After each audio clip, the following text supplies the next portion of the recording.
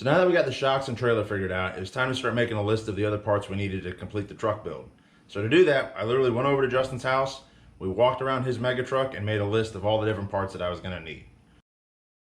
I knew for sure I wanted four-wheel steering. That was actually something that Justin and I kind of disagreed on a little bit. He'll even tell you how stupid the four-wheel steering is to this day. There's a lot more opportunities for failure because there's so many more moving parts and axles that are equipped with four-wheel steering, but I didn't care, and I still don't care. I absolutely love it. It's one of my favorite things. If any of you guys have ever seen me at a mud hole, I'll be crab walking all the time. I love using that stuff. I wanted the truck to be different than everybody else's, and I wanted to build it nice and reliable. Even if it was not going to be the fastest or the tallest or the biggest, I wanted it to be reliable. Every time I turned that key, I wanted it to fire up, and I didn't want to constantly be having issues, which is a serious wish when you have a mega truck. Anybody that has a mega truck will tell you you're constantly going to be working on the thing, but I wanted to limit that as much as possible. It kind of adds a little bit more of a challenge to have four-wheel steering and still have your truck be reliable. So in order to make it happen, we got in touch with Dirty Dave over at Dirty Dave Customs in Jacksonville, Florida, and we got a set of planetary hybrid axles built.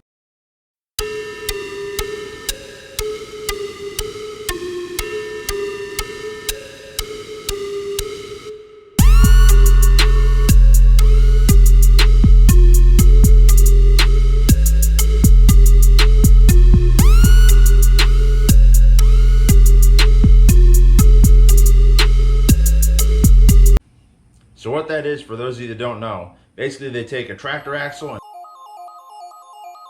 and a military 5-ton axle, slice them and dice them, build them together and make one set of really badass axles. The only real disadvantage of it is those tractor axles, a lot of those parts are really old and really hard to come by. A lot of them you can't even get new, you have to get them from a salvage yard. So that is a pretty big negative. Positive of it, well, there's a ton of positives. You have 3.6 to 1 gear reduction right at your hub. You also get 644 to 1 at your military 5-ton center. You get a steering axle that is more than adequate to be able to handle any pressure that I was going to be putting on it. And not to mention, you still have a top loader axle. So a lot of people that are doing four-wheel steer, they'll just do straight planetaries. The issue with that is it's a face loader. So basically where the drive shaft goes into the axle, it actually hits, I don't know, about a foot lower, roughly, give or take. Don't quote me on it. But as a result, you can't build the truck quite as high without having a crazy tall transfer case. We wanted the truck to be built as simple as possible, even though it was going to end up being kind of complicated to achieve everything I was trying to do. So with these axles, you get the four-wheel steer capability. It's a much tougher axle, much stronger axle, and you still get the top loader, so your drive shaft angles are straightened out quite a bit. So from that point, it was a matter of stacking up my pennies and going around Florida buying the different parts as I could afford to get them. Some of the stuff we were able to order online, but as much of it as you can get somewhat locally, definitely got to take advantage of, because all these mega truck parts are extremely heavy. So shipping is a big pain in the ball bag.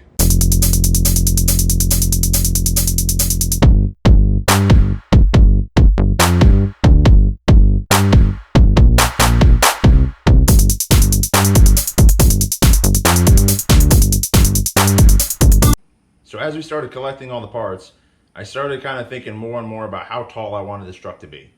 Basically, I want it to be as big as possible without having to take my wheels and tires on and off every time I go to an event. I've watched some of you guys do it. You guys are very dedicated. Fuck that. I do not want to have to do that every time. Those of y'all that aren't really big into the mega truck scene, these guys will build their trucks so tall that it's illegal to tow them as they sit. So basically, they'll have to put smaller roll-around wheels onto their truck, put it on the trailer, bring their wheels and tires with them, their big wheels and tires, and then once they get to an event, they can unload the truck, jack it up with floor jacks or hydraulic jacks, lift the truck up, and put the other set of bigger wheels on it. I was trying to think long term. When I go to an event and we've been tearing it up all weekend, last thing I'm going to do is wake up early on Sunday morning and have to basically disassemble my truck while it's all covered in mud and all nasty. Fuck that. That sounds like a big pain in the sack. I want to be able to load the thing up on the trailer, throw some chains on it, and get the hell out of there. With that height being the goal, we started tinkering around with the different tire sizes and wheel configurations. And honestly, Justin figured out a majority of that. Started thinking 23 126s. As we got more and more into the truck build, I wanted to get to the limit, as big as I can get without the truck being a pain in the ass. Thinking maybe 35 5s for a minute, but Justin quickly talked me right out of it as he started to explain how big and how heavy those tires are, how it's not going to really do exactly what I was trying to do. I want it to be a big truck, but I still want to be able to rip the tires off if I wanted to. So that is a complicated thing to be able to achieve. Usually it's either one way or the other. Either the truck's really tall, really slow, and really powerful, or it's a bit smaller, a bit thinner, and a bit scrappier. So after plenty of conversations, we finally decided on 23 130s. So Gunner and I are headed to go get the first set of Mega Truck tires I'm ever gonna own. Got them fired up, I'll tell you that. Woo. Gonna be a good day.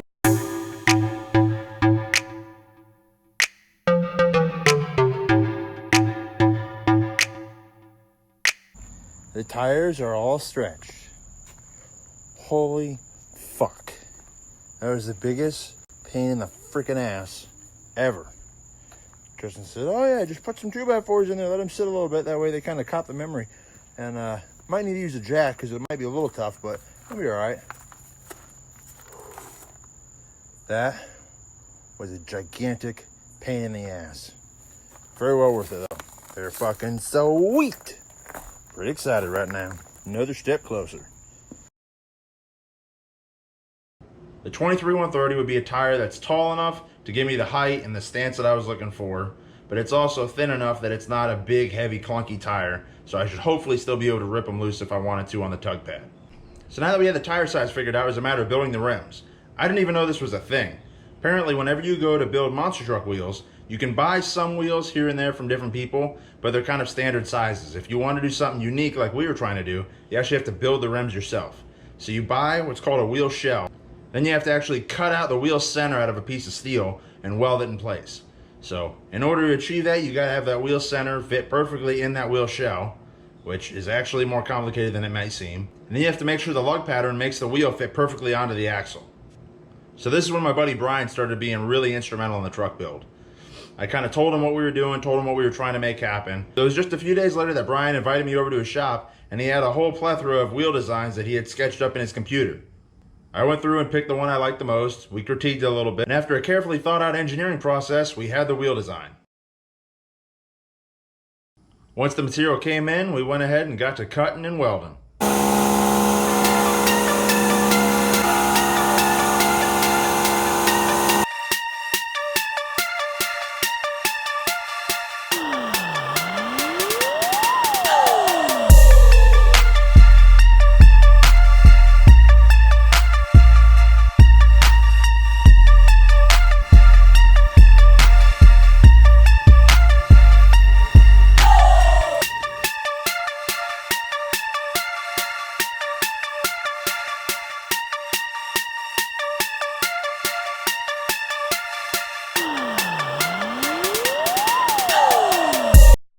Then it was off to Mikey's Custom Coatings for some fresh powder.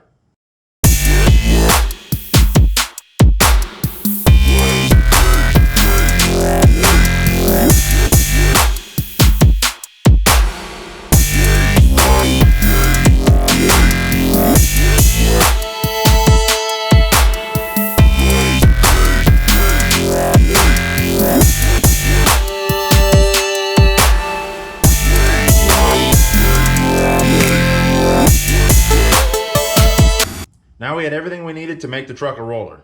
Now up until that point, I didn't even know what a roller was. Basically what they mean when they say a truck is a roller, it's got the subframe all done, the shocks are mounted, axles are mounted, wheels are on it. Everything except for the tedious stuff that allows the truck to be able to drive under its own power.